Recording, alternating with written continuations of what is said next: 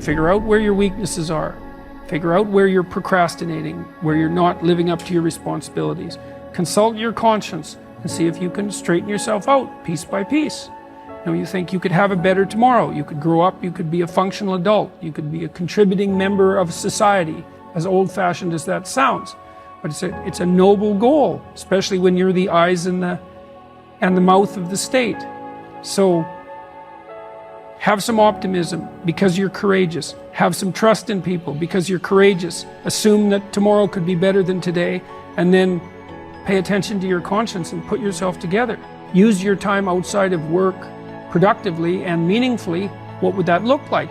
How should you take care of yourself mentally and physically? How do you deal with temptations in the way that I just described? How do you educate yourself properly? So those are warm-up questions, and then we ask people to write for 15 minutes about what their future could look like at some point down the road. It's 3 to 5 years for older people, but it can be shorter for younger people. You get what you want. You can have what you want and need if you were taking care of yourself. What would that look like if you could have it? Well, now you have a vision, right? Then we have them write a counter vision. It's like, okay, you've got some bad habits. Let's say they take you out in 5 years.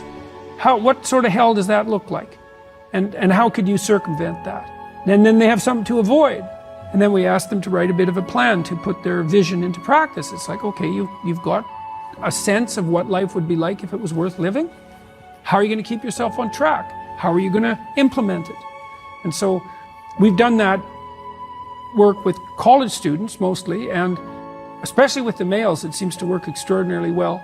But the overall effect is that it decreases dropout rates from university by about 25%.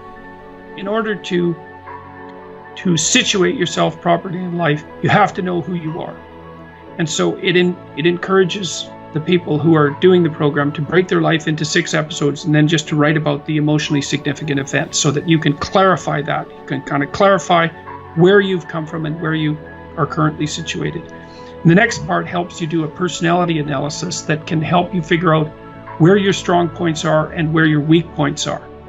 And so what you want to do when you find out what your strong points are is to figure out how to capitalize on them. And what you want to do when you figure out where your weak points are is to figure out how to strengthen them. Mm-hmm. And then the next stage, so you imagine yourself a couple of years down the road, 2 years down the road, say, you think, okay, if I was taking care of myself and I was trying to build myself into the sort of person that I would really like to be, what would my life look like? And so then it asks you questions about, well, what sort of friends do you want? And how should you interact with them? What would you want in terms of an intimate relationship? What do you want in terms of family relationships? What would be your career or your education goals? How are you going to take care of yourself mentally and physically? And how are you going to avoid pitfalls like drug and alcohol abuse? And so develop a vision for those things, and then to write for 15 minutes without too much concern about grammar or spelling, about what your life could be like if you could have the life that you wanted. And then write for 15 minutes about what your life would be like if you let all your bad habits and your resentments and the parts of you that are weak and mean, let's say, and resentful and bitter, take the upper hand and drive you into the ground. And then it asks you to make a plan for the positive vision.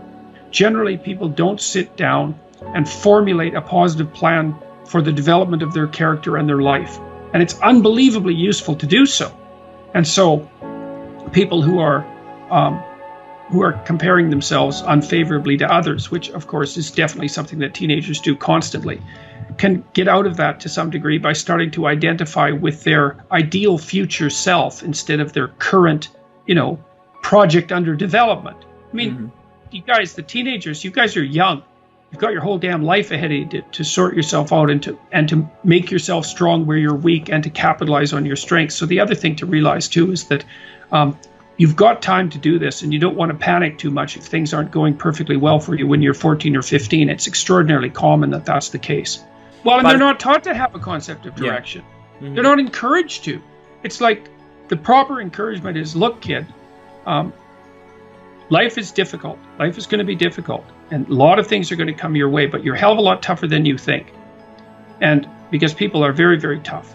And if you can start disciplining yourself and putting yourself together in relationship to the vision of who you might want to be. And a personal vision, right? This isn't be who other people think you should be, although that's not a bad initial guide. This is, if you could have what you needed in order to make your life what you would want it to be, what would that be? That's the beginning of a vision. And that's the sort of thing that gives you courage and charisma and strength and the ability to overcome obstacles and eventually self-confidence and the capacity to be the sort of person that you want to be, and also to be the sort of person that's useful, that's useful and welcome to other people. That's a hell of a good goal. And I think there's some key elements that go along with that, because the other thing that I would really strongly recommend to your viewers as an experiment is try to go for a month, without saying anything that you know to be a lie. Just experiment with that, because that's also something that's unbelievably powerful. You won't believe how much that'll change your life. So the rule is, watch what you're saying and pay close attention to it. And if you say anything that makes you feel weak, or makes you feel that you've strayed off the proper path, so that you start to feel weak and disjointed inside, then reformulate your language until you find a place that makes you feel like you're speaking from a position of strength, and then use those words. And part of that is, don't say things that you know not to be true, because you make yourself weak doing that, and weak people get hurt badly, and then they get bitter, and then they get resentful, and then they get mean, and then they get hostile, and then things around them aren't good at all. So that's another thing I would recommend as an experiment. You just can't believe how much that can straighten out your life.